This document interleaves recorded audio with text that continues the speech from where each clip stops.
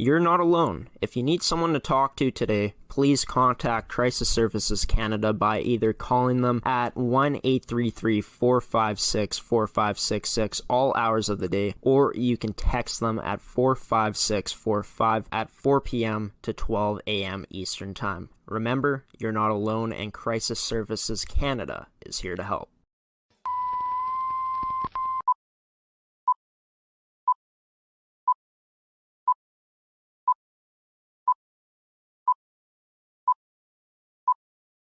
Hello, everybody, and welcome to this edition of Coffee with Graeme on AETi Productions. I'm your host, Graeme Forsyth. Today's edition of Coffee with Graeme is brought to you by AETi, Caisse Financial Group, Evolved Green, Pilot-Mound Hockey-Academy, and TOVI Hockey. Apologies for this episode coming out a day later. Due to some unforeseen circumstances, yesterday's episode was not able to be released, but happy to bring you guys this edition of Coffee with Graeme still a day later here in the morning instead of the nighttime. And I had a chance to talk to Westman Wildcats head coach Guy Williams in this episode, and I had a chance to ask him about just his team's journey to the finals, as well as what the finals has been like, how it's been going for his team, diving into details in that, in the team's championship series against the Winnipeg Ice, where the Westman Wildcats lead that championship best-of-5 series 2-0 with a chance to wrap it up tonight in Hartney. So, yeah, stick around to watch this episode with Guy Williams. He's the only interview in today's episode of the Westman Wildcats here on today's edition of Coffee with Graeme on AETi Productions.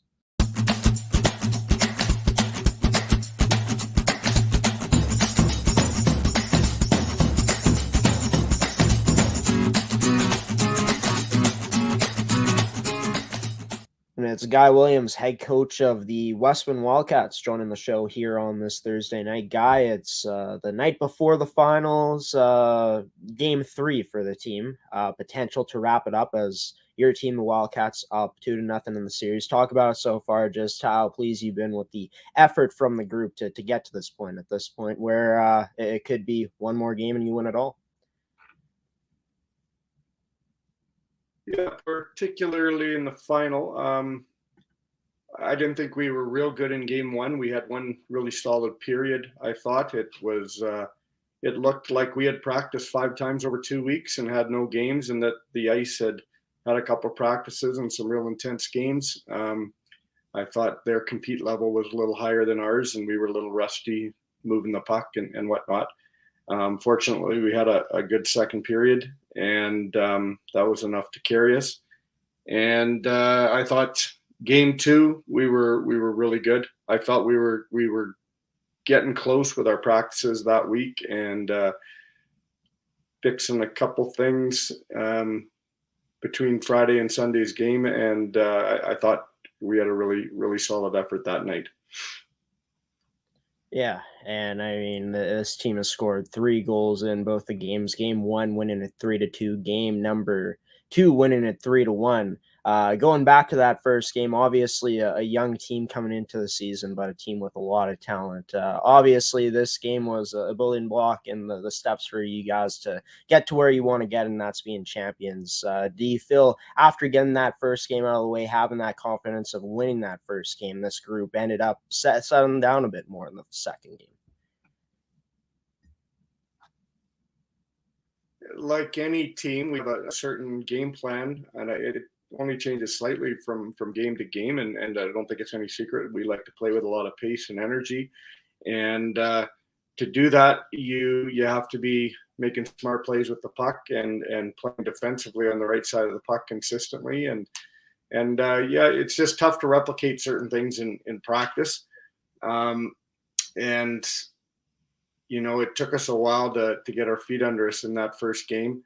And then I thought we did it in the second period. And then the third period, we took 3 straight penalties early on, and it kind of took our momentum away, got us on our heels a bit, and the Ice really pressed hard. And fortunately, we were able to get that third goal halfway through the period on a 2-on-1 chance. And the Ice got one late, but we were able to hold on there.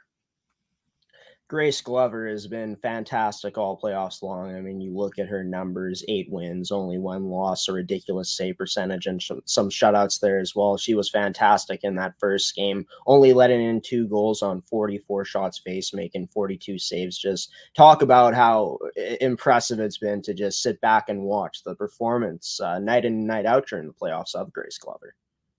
Yeah, we're pretty confident, and she's a pretty confident goaltender. We've limited real high quality scoring chances, but when we have broken down defensively, she's certainly been there to save the day for us. In game 1, second period, we had a breakaway. They turn around. Eamon gets a breakaway for them. She comes up with a big save, and she's a leader on our team, just with her work ethic and her focus each and every night, and she really wants to succeed, and I like that in a goaltender. Yeah, no doubt about it. A goaltender that made Team Manitoba earlier on this season at the Western Regional Championships in Portage-La Prairie. Portage-La Prairie, a bit of a hard word for me to pronounce, it seems there, but yeah, Grace has been spectacular. And just looking at this team, a very deep team all season long, getting scoring from not just a few players, but a whole bunch of players. In this finals, it's been no different. McKenna Beard, Haley Koloski, and Emma Ramsey with the goals in the first game of this finals, and then Sophia Anderson, Maya McGregor, and Callie Rice with the goals in the second game in that 3-1 win. Just been nice to see this depth obviously carrying through to the biggest moments here so far in the playoffs. Yeah, all year we moved our line combinations around quite a bit, and we thought coming into the playoffs we found something that we felt was really good, balanced on all of our lines. We're missing one forward, so we're running with 11. So our centermen get a little extra ice time at times, but we've been getting contributions. You mentioned Mia McGregor there.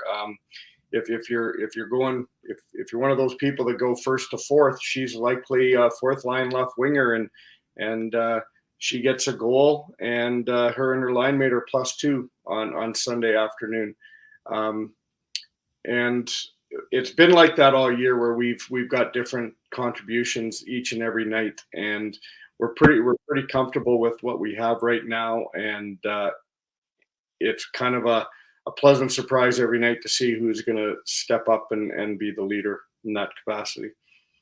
Obviously, looking at this Winnipeg Ice team coming in, a team that features a league all-star and most sportsmanlike player, and Maya Eamon, who was second in the league in points this year, Ava Bergman as well, Haley Braun. I mean, this team has weapons. You guys have been able to do a good job of shutting them down a bit during this. Well, shutting them down during this series. Talk about, what it's been like to see this team going out and not shutting down just these players, but this whole Winnipeg Ice team when it matters the most.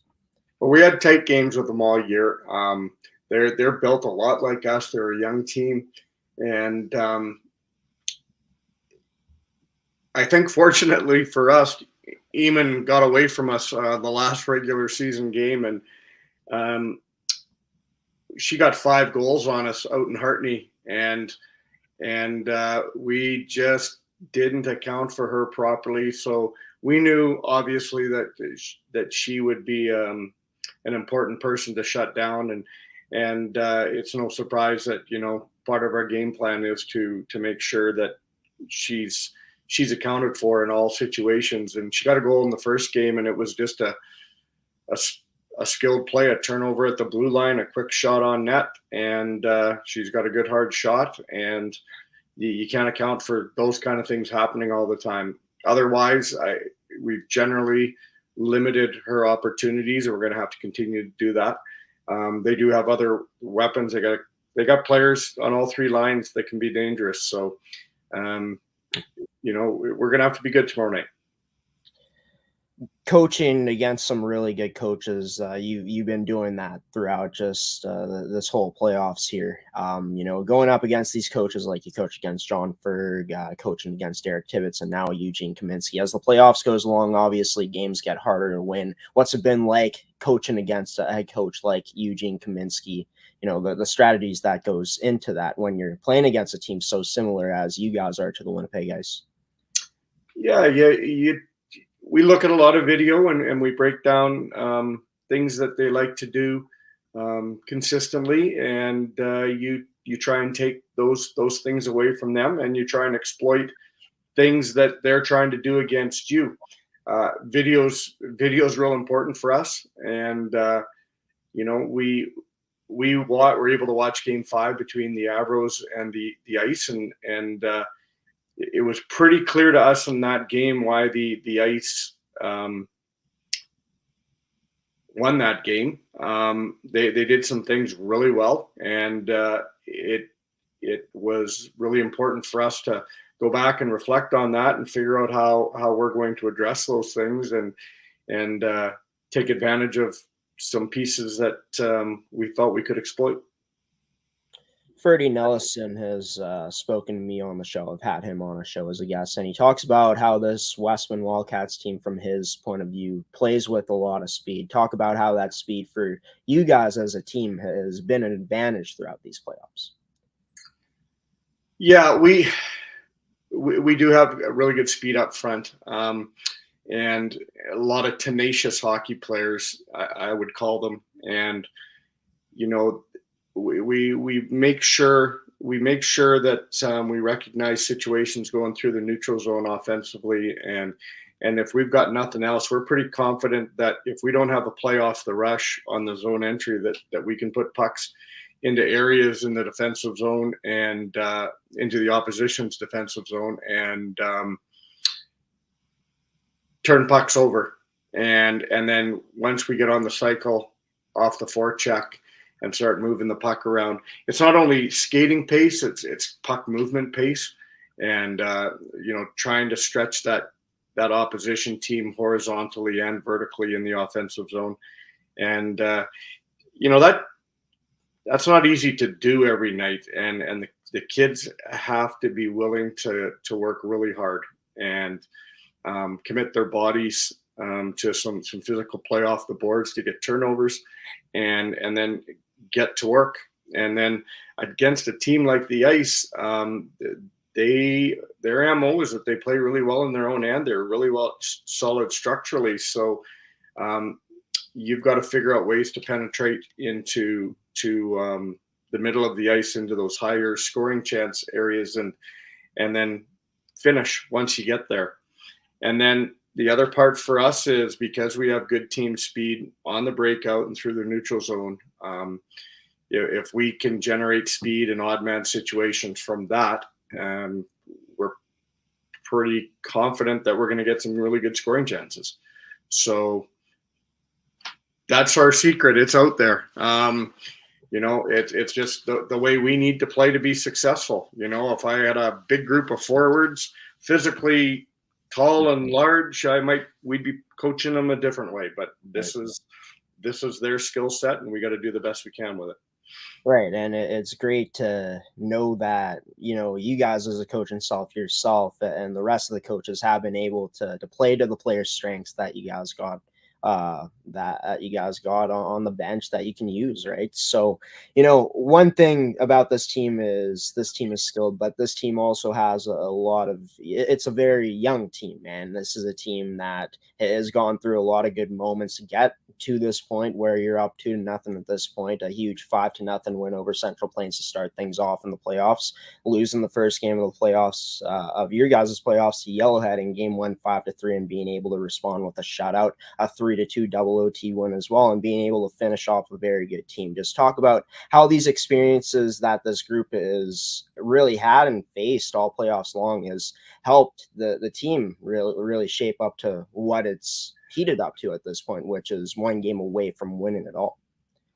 Yeah, in the Central Plains series, I wouldn't say we were playing outstanding heading into the playoffs. We had some hiccups through the entire second half. We had some injuries from just before Christmas. We were down to 13 skaters in the lineup at times, and then of course, like everyone else, we were facing COVID every week, and so we had different kids in the lineup. So I think the key against Central Plains was just getting some consistency back in our game. All but one forward is back in the lineup, and getting everybody involved. I know in our first game in Central Plains, it was that fourth line winger pair that they were really solid and enough to get the start the next game back at home. And it's really important that we continued to build there. I think it was a good thing that you take that loss against Yellowhead because it showed us we needed to be at a different level still. Right. And that's the thing with a young team. Beating Central Plains with how we beat them wasn't good enough. They were leading us 2-1 in game 3, and we had to come back and score 3 in the third. But that didn't translate into a real solid effort, I didn't think, in game 1 up in Shoal Lake. And you just talk to your kids and hope that they come with a renewed sense of resolve in game 2, and they did, and they played real well in game 2.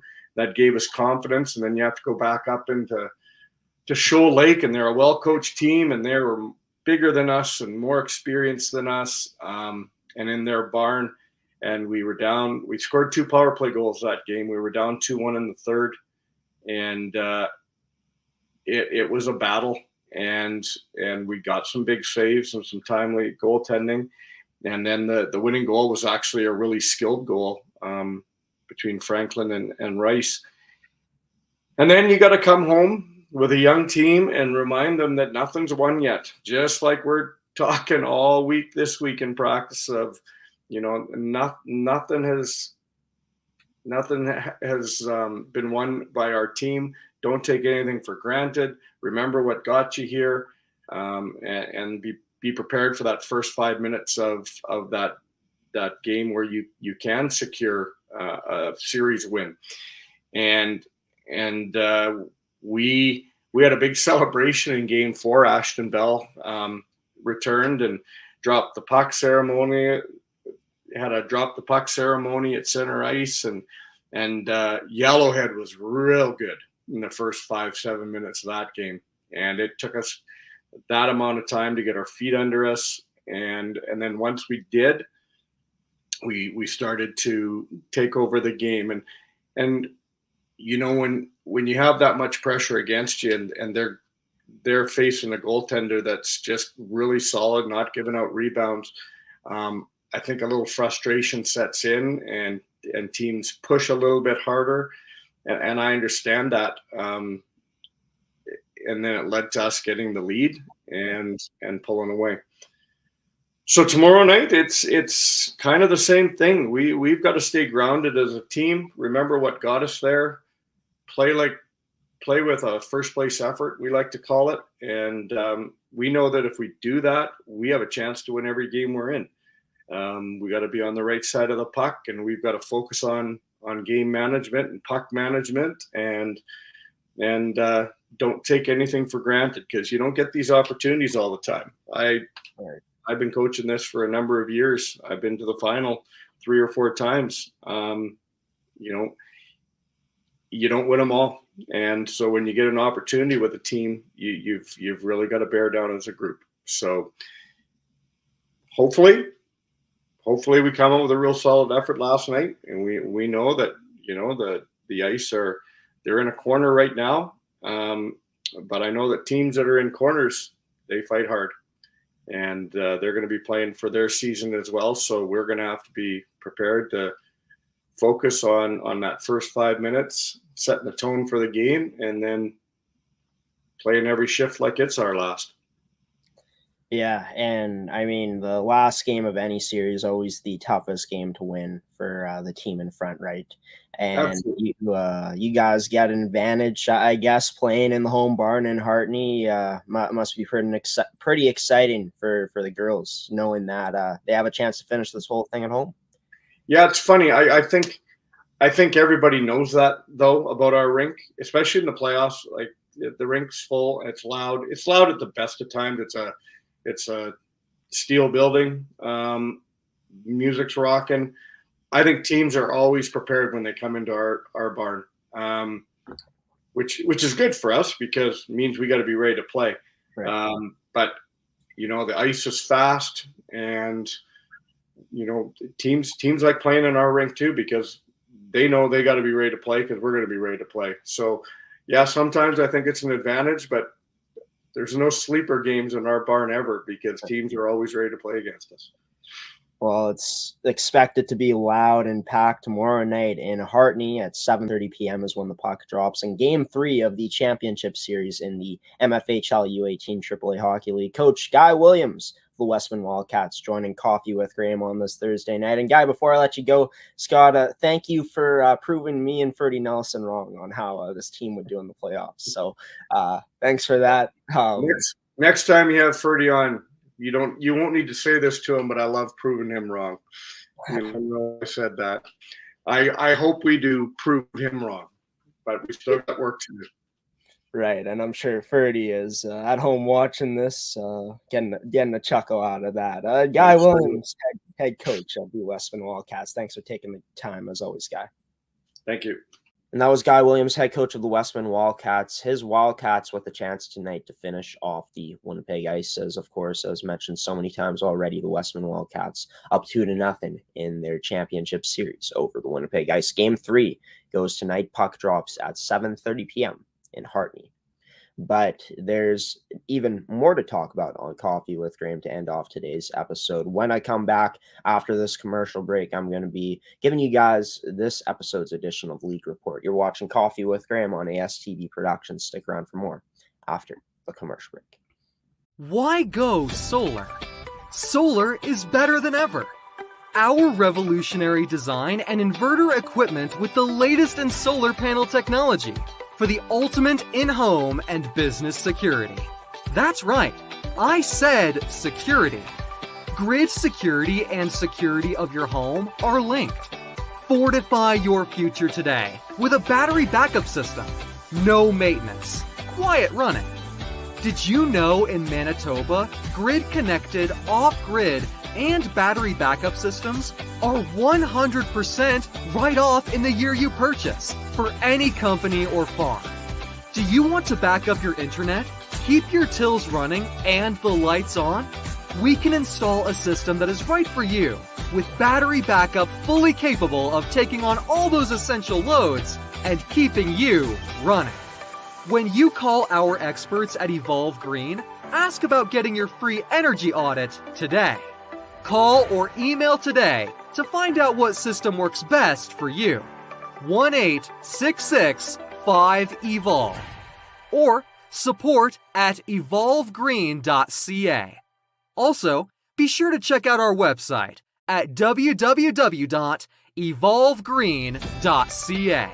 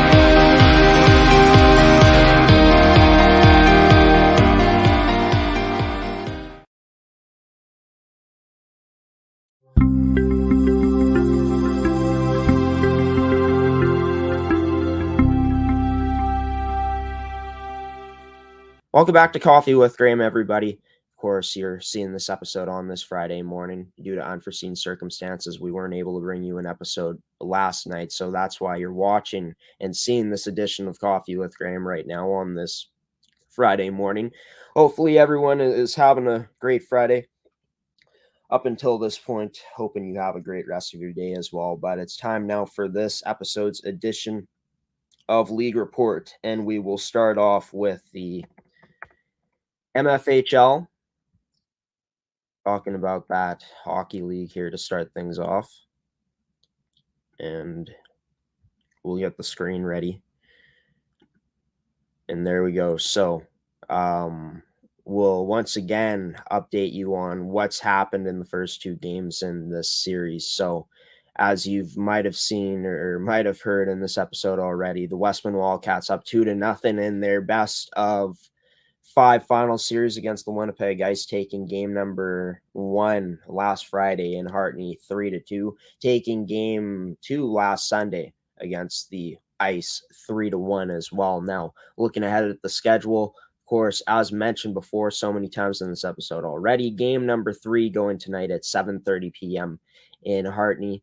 If the Ice are able to win and extend the series, game number 4 would be on Sunday, and puck would drop at 12:30 p.m. at the Bell MTS Iceplex. And if the Ice say they are able to win that one as well, game number 5 would go next Friday in Hartney at 7:30 p.m. Now, we'll dive into the Saskatchewan Female U18 AAA Hockey League. Previewed both of these teams that are in the final. Talking about their stats, where they finished in the season, the last episode, and it's the number 2 ranked team in the Saskatchewan Female U18 AAA Hockey League, Regina Rebels, taking on the number 1 seed, first place team in the regular season, the Notre Dame Hounds. The finals kicks off this Saturday on April 2nd at 7:30 p.m. We'll have the updates for you guys on what happened in game number 1 and game number 2 on Tuesday morning's edition of Coffee with Graeme, on that edition of League Report. But as you can see here, here's the full final schedule, all 5 games when they will be played. Obviously, there might not be 5 games that need to be played in this series, but those are the scheduled times for if that does potentially happen. If you want to check out all things Saskatchewan Female U18 AAA Hockey League, be sure to check out their website at sfu18AAAHL.com. And moving into the Manitoba Major Junior Hockey League now, game number 2 of the Transcona Railer Express and Pembina Valley Twisters series was played on Tuesday. It was the Pembina Valley Twisters winning 6-4 in game 2 to tie up the series at 1 apiece. Transcona, of course, took game 1 of this series on Sunday with a 4-3 overtime victory. For game 3 of this series, the next game will be played tonight at 7:30 p.m. It will be the Transcona Railer Express at home against the Pembina Valley Twisters at 7:30 p.m. I'm assuming the game at East End Arena. We'll take a look here at the location of this game as it pops up on screen. So yeah, it will be played at East End. I'm assuming the Egg Golden Arena, as all of their games have been played for the Railer Express. And then looking at the other series, the other semifinals, the St. James Junior Canucks tied at 1 apiece in their best of 7 semifinal series against the Raiders Junior Hockey Club. For St. James, they were able to tie up the series at 1 with a 5-4 win on Sunday in game number 2 from March 27th. Puck drops at 7 p.m. for this game. The Canucks at home in game 3 of the series, playing at the Bell MTS Iceplex.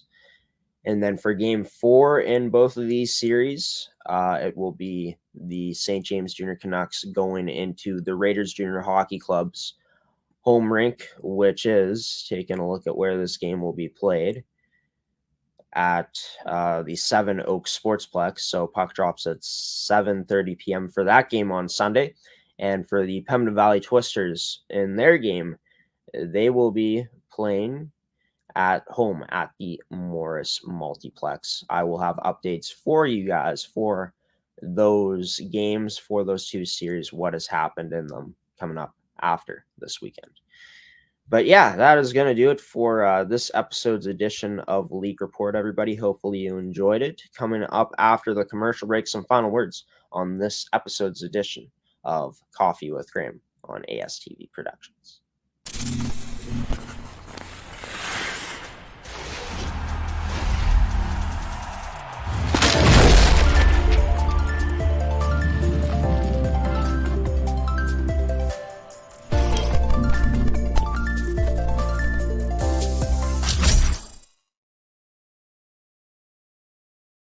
Welcome to Pilot-Mound Hockey-Academy. your world-class academic and hockey training facility created to maximize each student's athletic and academic potential.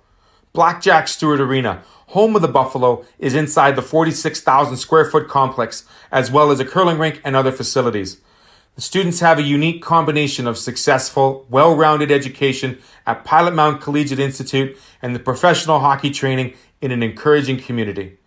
The years of experience of on-ice coaching propel our students to the next level, both mentally and physically, in a professional environment.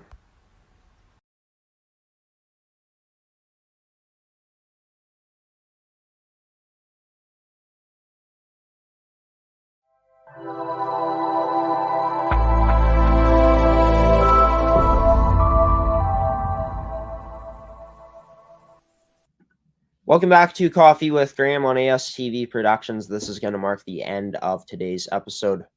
Special thanks to Westman Wildcats head coach and Guy Williams for taking the time and doing an interview with us here. Special thanks to you, the viewer, for also tuning in on this Friday morning. And also a special thanks to our sponsors in AETi, Caisse Financial Group, Evolve Green, TOVI Hockey, and Pilot-Mound Hockey-Academy for sponsoring this edition of the show. Coffee with Graeme will be returning to you on next week on Tuesday. It will be returning next week on Tuesday morning at 10 a.m. Central Daylight Time. You can catch it on your Facebook at ASTV Productions. If you do have Facebook, you can also catch it on Twitter at Amateur Sports TV, or you can also catch it on our website at amateursports.tv or astvproductions.com. Type in one of those and it'll take you to the same place. But be sure to check up on our social media accounts. If you have Instagram at ASTV Productions, visit us there. If you have Facebook at ASTV Productions, you can visit us there as well for what will be coming out on Monday morning, as well as on our Twitter at Amateur Sports TV. And what that is the guest list for Tuesday morning's episode. So it will have all the details on everyone who may be joining Tuesday morning's edition of Coffee with Graeme. But yeah, that's all. That's it for me, folks. That's all now. I can't even speak. That's it for now, folks, on this edition of Coffee with Graeme. I've been your host, Graeme Forsyth. If you have any of the salute and the peace out on this Friday morning until the next week on Tuesday morning at 10 a.m. Central Daylight Time. Have a wonderful rest of your Friday today. Have a wonderful weekend. Stay safe out there. Go out inside and enjoy the weather if it's nice where you are. And like I said, until Tuesday morning next week at 10 a.m. Central Daylight Time. We'll see you then, folks. Take care, everybody.